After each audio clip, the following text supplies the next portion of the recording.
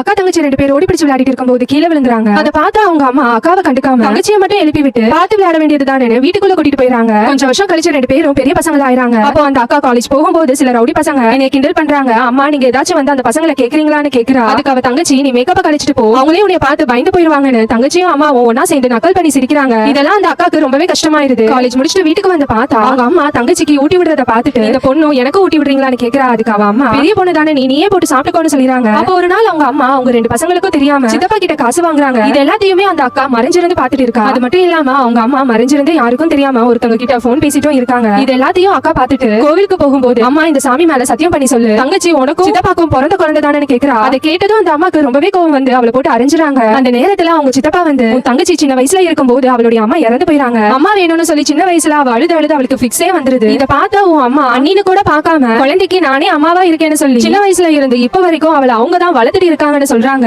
அது மட்டும் இல்லாம அந்த அம்மா அவங்க மூத்த பொண்ணு கிட்ட உன் தங்கச்சிக்கு அம்மா ஞாபகம் வரக்கூடாதுன்னு சொல்லிட்டு தான் அவளுக்கு நான் அவ்வளவு பாசம் கொடுத்து வளர்த்தேன். ஆனா நான் என்னைக்குமே வெறுத்ததே கிடையாதுன்னு சொல்றாங்க.